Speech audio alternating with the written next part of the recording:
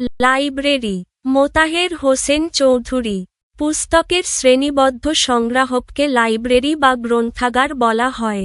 সকল প্রকার জ্ঞানকে একত্র করে স্থায়িত্বদানের অভিপ্রায় থেকে লাইব্রেরির সৃষ্টি। এক ব্যক্তির পক্ষে সর্ববিদ্যা বিশারদ হওয়া অসম্ভব।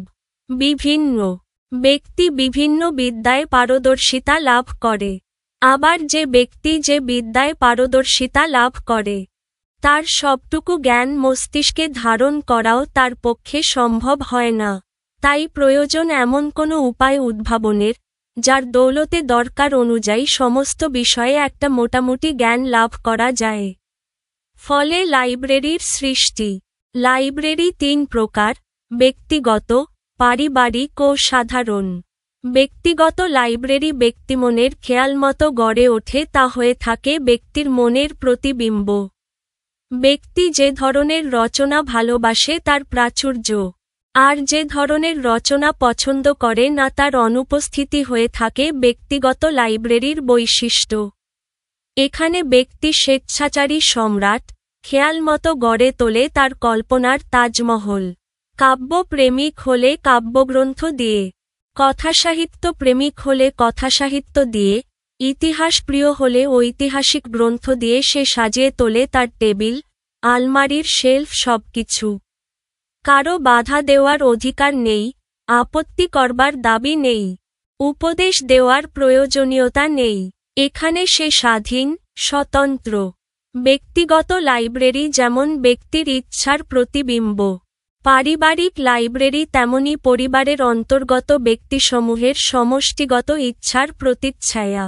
এখানে যেমন একের রুচির ওপর বহুর অত্যাচার অশোভন, তেমনি বহুর রুচির ওপর একের জবরদস্তি অন্যায়। 10 জনের রুচির দিকে নজর রেখেই পারিবারিক লাইব্রেরি সাজাতে হয়। ব্যক্তিগত ও পারিবারিক লাইব্রেরি ব্যক্তি বা পরিবারের মর্জিমাফিক গড়ে ওঠে। সাধারণের হুকুম চালাবার মতো সেখানে কিছুই নেই। লাইব্রেরি সম্পন্ন ব্যক্তির চালচলনে এমন একটা শ্রী ফুটে উঠতে বাধ্য, যা অন্যত্র প্রত্যক্ষ করা দুষ্কর। সত্যিকার বৈদগ্ধ্য বা চিত্প্রকর্ষের অধিকারী হতে হলে লাইব্রেরির সঙ্গে অন্তরঙ্গতা সৃষ্টি করা অবশ্য প্রয়োজনীয়। তাছাড়া লাইব্রেরি বা শ্রেণীবদ্ধ পুস্তক সংগ্রহ গৃহসজ্জার কাজেও লাগে। আর এই ধরনের গৃহসজ্জায় লাভ এই যে, বাইরের পারিপাটের সঙ্গে তা মানসিক সৌন্দর্যেরও পরিচয় দেয়। লাইব্রেরি সৃজনে তৎপর হয়ে ধনী ব্যক্তিরা পুস্তক কেনার নেশা সৃষ্টি করলে দেশের পক্ষে লাভ হবে এই যে অনবরত বাঁধানো পুস্তকগুলো হাত অড়াতে তাদের চামড়ার তলে যে একটি মন সুপ্ত রয়েছে, সেই সম্বন্ধে তারা সচেতন হয়ে উঠবেন। লাইব্রেরি সৃজনের দরুন তারা নিজেরা ততটা লাভবান না হলেও তাদের পুত্রকন্যাদের যথেষ্ট উপকৃত হওয়ার সম্ভাবনা। হয়তো এই লাইব্রেরি থাকার দরুনই পরিণত বয়সে তারা সুসাহিত্যিক বা সাহিত্য সমজদার হয়ে উঠবেন। এ আশা শুধু ভিত্তিহীন কল্পনা নয়। বড় বড় সাহিত্যিক বা কবিদের জীবনী আলোচনা করলে দেখা যায়, বাল্যে তারা পিতার অথবা পারিবারিক লাইব্রেরি থেকে সাহিত্য সাধনার প্রেরণা লাভ করেছেন। সাধারণ পাঠাগার আধুনিক জিনিস। কারণ ঐতিহাসিকরা কি বলবেন জানি নে, যে জ্ঞানার্জন স্পৃহা থেকে পাঠাগারের জন্ম, ব্যাপকভাবে তার জাগরণ স্পৃহা সহজে মেটানো সম্ভব নয়। জ্ঞানের বাহন পুস্তক, আর পুস্তক কিনে পড়া যে দুঃসাধ্য ব্যাপার, তা ধারণা করা সহজ। পুস্তকের ব্যাপারেও সমবায় নীতির প্রবর্তন আবশ্যক। অর্থাৎ এক্ষেত্রেও 10 মিলে কাজ না করলে সার্থকতা লাভ করা অসম্ভব। এই ব্যাপারে 10 মিলিত ফলস্বরূপ যা পাওয়া যায়, তাকেই সাধারণ লাইব্রেরি বলা হয়। অবশ্য সাধারণ লাইব্রেরি ব্যক্তির দানও হতে পারে, তবে ব্যক্তিগত প্রভাবের চাইতে সাধারণের প্রভাবই সেখানে বলবত্তর হতে বাধ্য। যদি না হয়, তবে সাধারণ পাঠাগার না বলে ব্যক্তিগত পাঠাগার বলাই ভালো। সাধারণ লাইব্রেরির পুস্তক শ্রেণীবদ্ধ করতে যথেষ্ট সতর্কতার পরিচয় দিতে হলেও পুস্তক নির্বাচনে বিশেষ সাবধানতার পরিচয় দিতে হয় বলে মনে হয় না। সাধারণ লাইব্রেরির পুস্তক সংগ্রহ বিষয়ে আরেকটি কথা বলা দরকার। পুস্তক নির্বাচনকালে জাতীয় বৈশিষ্ট্য বা জাতীয় সংকীর্ণতার পরিচয় যত কম দেওয়া হয়, ততই ভালো। কারণ, যতদূর মনে হয়, পাঠাগার জাতীয় বৈশিষ্ট্যের রক্ষক নয়, ব্যক্তিগত বৈশিষ্ট্যের বিকাশক। আর ভালো পুস্তক লেখক যখন কোনো বিশেষ সম্প্রদায়ের লোক নন, সমস্ত সম্প্রদায়ের আত্মীয়, তখন পুস্তক নির্বাচনকালে সংকীর্ণ মনোভাব সম্পন্ন না হওয়াই ভালো। জাতির জীবনধারা গঙ্গা যমুনার মতো দুই ধারায় প্রবাহিত। এক ধারার নাম আত্মরক্ষা বা স্বার্থ প্রসার, আরেক ধারার নাম আত্মপ্রকাশ বা পরার্থ বৃদ্ধি। একদিকে যুদ্ধবিগ্রহ, মামলা ফ্যাসাদ প্রভৃতি কদর্য দিক, অপরদিকে সাহিত্য শিল্প, ধর্ম প্রভৃতি কল্যাণপ্রদ দিক। একদিকে শুধু কাজের জন্য কাজ, অপরদিকে আনন্দের জন্য কাজ। একদিকে সংগ্রহ, আরেক দিকে সৃষ্টি। যে জাতি দ্বিতীয় দিকটির প্রতি উদাসীন থেকে শুধু প্রথম দিকটির সাধনা করে, সে জাতি কখনো উঁচু জীবনের অধিকারী হতে পারে না। কোনো প্রকারে টিকে থাকতে পারলেও নব নব বৈভব সৃষ্টি তার দ্বারা সম্ভব হয় না। মানসিক ও আত্মিক জীবনের সাধনা থেকে চরিত্রে যে শ্রী ফুটে ওঠে, তা থেকে তাকে একরকম বঞ্চিত থাকতেই হয়। জীবনে শ্রী ফোটাতে হলে দ্বিতীয় দিকটির সাধনা আবশ্যক। আর সেজন্য লাইব্রেরি এক অমূল্য অবদান। লাইব্রেরি জাতির সভ্যতা ও উন্নতির মানদণ্ড। কারণ, বুদ্ধির জাগরণ ভিন্ন জাতীয় আন্দোলন হুজুগ প্রিয়তা ও ভাব বিলাসিতার নামান্তর, আর পুস্তক অধ্যয়ন ব্যতীত বুদ্ধির জাগরণ অসম্ভব। সংক্ষেপিত শব্দার্থ ও টিকা। শ্রেণীবদ্ধ, শ্রেণী বা বৈশিষ্ট্য অনুযায়ী সারি সারি সাজানো। অভিপ্রায়, ইচ্ছা, উদ্দেশ্য, আকাঙ্ক্ষা। সর্ববিদ্যা বিশারদ, সব বিষয়ে পাণ্ডিত্যের অধিকারী। পারদর্শিতা, নৈপুণ্য, পটুতা। উদ্ভাবন, আবিষ্কার, গবেষণা করে নতুন কিছু বের করা। প্রতিবিম্ব, প্রতিচ্ছায়া, প্রতিচ্ছবি, প্রতিফলিত অবিকল রূপ। স্বেচ্ছাচারী, যে আপন ইচ্ছানুযায়ী আচরণ করে। স্বেচ্ছাচারী সম্রাট, যে রাজা আপন ইচ্ছা অনুযায়ী রাজ্য পরিচালনা করেন। এখানে বাক্যাংশটির বিশেষ অর্থ হচ্ছে ব্যক্তিগত স্বাধীন রুচি ও পছন্দ অনুযায়ী বই সংগ্রহকারী, যিনি খেয়ালমতো গড়ে তোলেন তার কল্পনার সাম্রাজ্য। তাজমহল। সম্রাট শাহজাহান যেমন করে তাজমহল তৈরি করে শিল্পীমনের পরিচয় দিয়েছিলেন, তেমনি ব্যক্তিগত লাইব্রেরি হচ্ছে ব্যক্তির নিজস্ব রুচি ও শিল্পীমনের নিদর্শন। কাব্যপ্রেমিক, যে কবিতা ভালোবাসে। প্রতিচ্ছায়া, প্রতিচ্ছবি। অশোভন, যা শোভন বা সুন্দর নয়। জবরদস্তি, জুলুম, পীড়ন, বাড়াবাড়ি। মর্জি মাফিক, ইচ্ছা অনুযায়ী, খেয়াল অনুসারে। শ্রী, সৌন্দর্য। দুষ্কর, দুঃসাধ্য, সহজে করা যায় না এমন। বৈদগ্ধ্য, পাণ্ডিত্য। চিত্প্রকর্ষ, মনের উন্নতি, মানসিক উৎকর্ষ। পারিপাট্য, শৃঙ্খলা, গোছানো ভাব। সৃজন, সৃষ্টি। সমবায় নীতি। বহু মানুষ মিলে প্রাতিষ্ঠানিক ও স্বেচ্ছামূলক উদ্যোগে দেশের উন্নয়ন ও জনগণের কল্যাণের নীতি। সমজদার, বোঝে এমন, রসজ্ঞ। স্পৃহা, ইচ্ছা, আকাঙ্ক্ষা। বলবত্তর, অধিকতর শক্তিশালী। পরার্থ, পরের উপকার।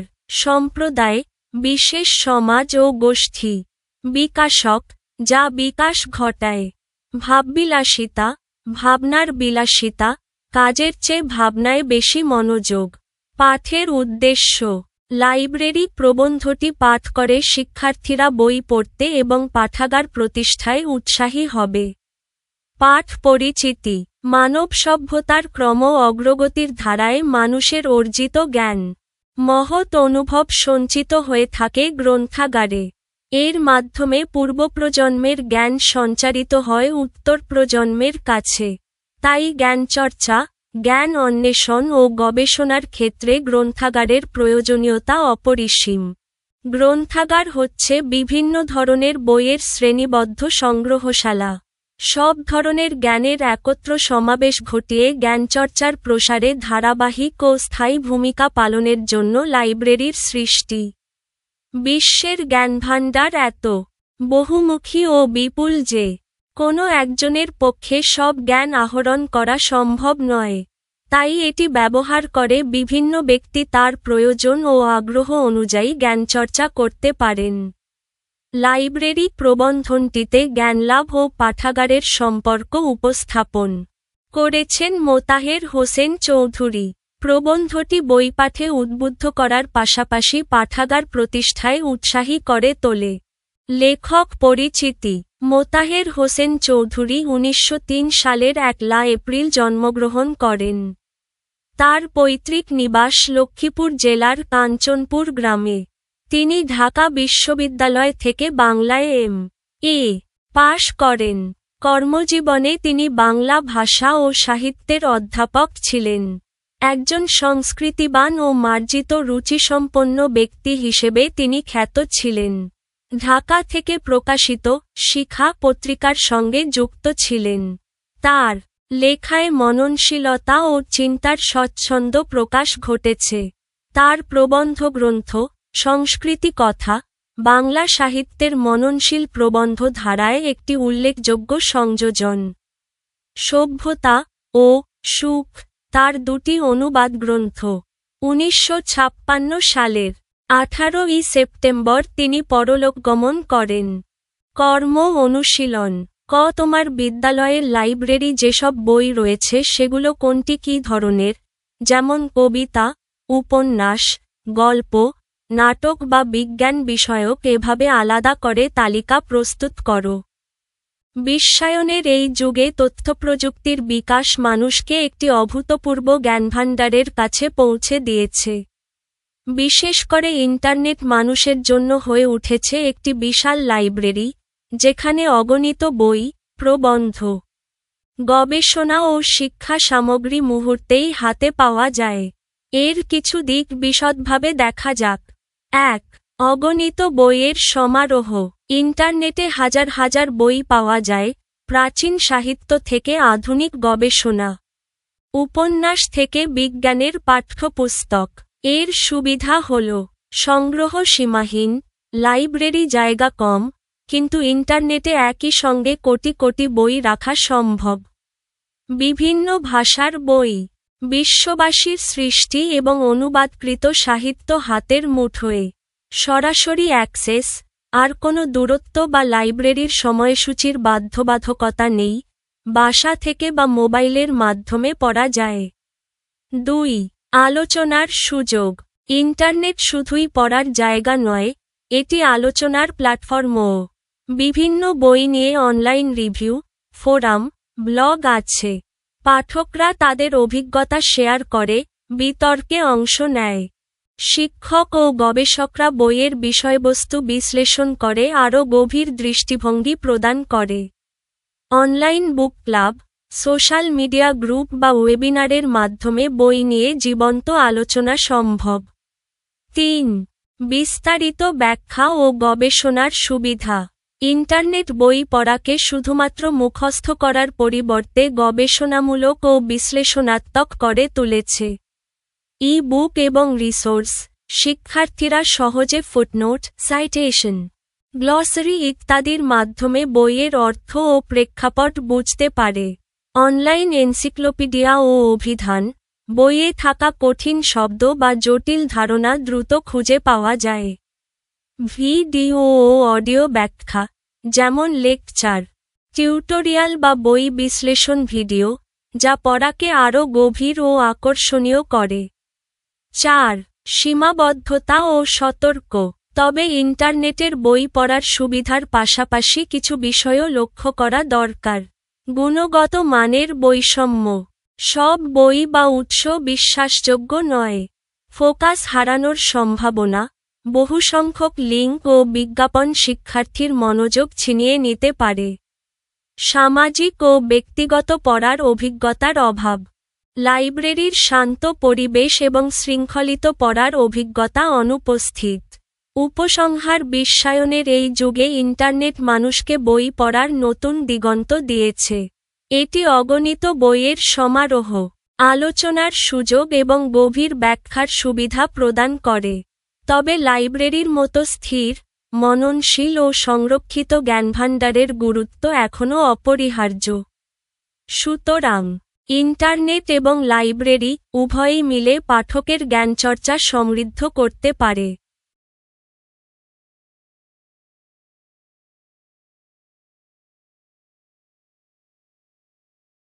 নমুনা প্রশ্ন, বহুনির্বাচনী প্রশ্ন। ১. পারিবারিক লাইব্রেরি কার রুচির দিকে নজর রেখে সাজাতে হয়? খ. পরিবারের। ২. ভালো পুস্তক লেখক বিশেষ সম্প্রদায়ের লোক নন। সমস্ত সম্প্রদায়ের আত্মীয়। বাক্যটিতে পুস্তক লেখকের কোন গুণটি প্রকাশ পেয়েছে? ঘ. অসাম্প্রদায়িকতা। নিচের উদ্দীপকটি পড়ে ৩ ও ৪ নং প্রশ্নের উত্তর দাও। প্রমোদ চৌধুরীর মতে, এদেশে লাইব্রেরির সার্থকতা হাসপাতালের চাইতে কিছু কম নয় এবং স্কুল কলেজের চাইতে একটু বেশি। ৩. প্রমোদ চৌধুরীর মতাদর্শে লাইব্রেরি প্রবন্ধের যে দিক প্রকাশ পেয়েছে তা হল: আই. লাইব্রেরির গুরুত্ব। ই. আত্মিক বিকাশ। ই. জাতিসত্তার প্রকাশ। নিচের কোনটি ঠিক? ঘ. আই, ই ও ই। ৮. উদ্দীপকের কথকের ভাবনার প্রতিফলন ঘটবে যে লাইব্রেরি প্রতিষ্ঠায় তা হল: আই. ব্যক্তিগত। ই. পারিবারিক। ই. সাধারণ। নিচের কোনটি ঠিক? ঘ. আই, ই ও ই। সৃজনশীল প্রশ্ন। বাবার সঙ্গে ২১-এর বইমেলায় আসে অমি। সেখান থেকে বিভিন্ন স্টল ঘুরে ঘুরে সে তার পছন্দমতো বিজ্ঞানের বইগুলো সংগ্রহ করে। শুধু বইমেলা থেকে নয়, অমি যেখানেই যায় সেখান থেকেই বিজ্ঞানের কোনো না কোনো বই কিনে নিয়ে আসে। আর এভাবেই তার বাসায় গড়ে তোলে এক বিশাল লাইব্রেরি। ক. কোন ধরনের লাইব্রেরির পুস্তক শ্রেণীবদ্ধ করতে যথেষ্ট সতর্কতার পরিচয় দিতে হয়? সাধারণ লাইব্রেরি। কারণ সাধারণ লাইব্রেরির পুস্তক শ্রেণীবদ্ধ করতে যথেষ্ট সতর্ক অবলম্বন করতে হয়, যাতে বিভিন্ন পাঠকের প্রয়োজন অনুযায়ী বই সহজে পাওয়া যায়। খ. জাতির জীবনধারা গঙ্গা যমুনার মতো দুই ধারায় প্রবাহিত, কথাটি দিয়ে কি বোঝানো হয়েছে? উত্তর: এই বাক্যে বোঝানো হয়েছে যে জাতির জীবনধারা দুটি দিকেই চলমান। একটি হল আত্মরক্ষা বা স্বার্থ প্রসার, অর্থাৎ জীবনের দৈনন্দিন চাহিদা, যুদ্ধবিগ্রহ ও সামরিক, অর্থনৈতিক কর্মকাণ্ড। আরেকটি হল আত্মপ্রকাশ বা পরার্থ বৃদ্ধি, অর্থাৎ সাহিত্য, শিল্প, ধর্ম ও সামাজিক কল্যাণের মাধ্যমে নৈতিক ও মানসিক উন্নতি। সংক্ষেপে, এটি জীবনের দুইমুখী প্রবাহ, কর্ম ও সৃষ্টির সমন্বয় নির্দেশ করে। গ. উদ্দীপকে লাইব্রেরি প্রবন্ধে বিধৃত লাইব্রেরির যে বৈশিষ্ট্য প্রকাশ পেয়েছে তা ব্যাখ্যা করো। উত্তর: উদ্দীপকে অমির অভিজ্ঞতা থেকে দেখা যাচ্ছে যে সে নিজের রুচি ও আগ্রহ অনুযায়ী বই সংগ্রহ করছে। এটি বৈশিষ্ট্য হিসেবে ব্যক্তিগত লাইব্রেরির ধারণার সঙ্গে মিল রয়েছে। লাইব্রেরি প্রবন্ধে মোতাহের হোসেন চৌধুরী বলেছেন যে ব্যক্তিগত লাইব্রেরি হল ব্যক্তির স্বেচ্ছাচারী সম্রাটের কল্পনার তাজমহল, যেখানে ব্যক্তি নিজের পছন্দ অনুযায়ী বই সংগ্রহ ও সাজানোর স্বাধীনতা রাখে। উদ্দীপকের অমি তার পছন্দের বিজ্ঞানের বই কিনে নিজের লাইব্রেরি তৈরি করছে, এতে তার স্বতন্ত্র রুচি, জ্ঞানার্জনের আগ্রহ এবং স্বাধীনতা প্রকাশ পাচ্ছে। সংক্ষেপে, উদ্দীপকটি ব্যক্তিগত লাইব্রেরির স্বতন্ত্র রূপ এবং ব্যক্তির জ্ঞানচর্চায়ের গুরুত্ব তুলে ধরেছে। ঘ. উক্ত শ্রেণীর লাইব্রেরিকে অন্য কোনো শ্রেণীর লাইব্রেরি রূপান্তর করা সম্ভব কি? লাইব্রেরি প্রবন্ধের আলোকে যৌক্তিক মতো দাও। উত্তর: লাইব্রেরি প্রবন্ধের আলোকে বলা যায় যে একটি লাইব্রেরি অন্য শ্রেণীতে রূপান্তর করা প্রায় অসম্ভব, কারণ প্রতিটি শ্রেণীর লাইব্রেরির লক্ষ্য, ব্যবহার এবং পরিচালনার নিয়ম আলাদা। ব্যক্তিগত লাইব্রেরি মূলত একজন ব্যক্তির স্বতন্ত্র রুচি ও পছন্দ অনুযায়ী গড়ে ওঠে। এখানে বই নির্বাচন, সাজানো ও ব্যবহার সম্পূর্ণ ব্যক্তির স্বাধীনতা।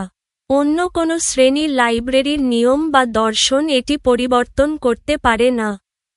পারিবারিক লাইব্রেরি হল পরিবারের সমষ্টিগত রুচির প্রতিফলন। এখানে একের রুচি অনুযায়ী সারা লাইব্রেরি সাজানো যায় না। ব্যক্তিগত লাইব্রেরিকে পারিবারিক লাইব্রেরি রূপান্তর করতে চাইলে সব পরিবারের সদস্যদের মতামত ও রুচি বিবেচনা করতে হবে। সাধারণ লাইব্রেরি হল সমাজ বা সম্প্রদায়ের জন্য। এটি ব্যক্তিগত রুচি বা স্বার্থের উপরে তৈরি করা হয় না। সুতরাং, লাইব্রেরির শ্রেণীবিন্যাস তার উদ্দেশ্য, রচনা ও প্রভাব অনুযায়ী স্থির, এবং এটি অন্য শ্রেণীতে রূপান্তর করা যৌক্তিকভাবে কঠিন বা অসম্ভব। সংক্ষেপে বলা যায়, প্রত্যেক লাইব্রেরি তার মূল উদ্দেশ্য ও ব্যবহারিক ধাঁচ অনুযায়ী স্থির থাকে, তাই শ্রেণী পরিবর্তন করা সহজ নয়।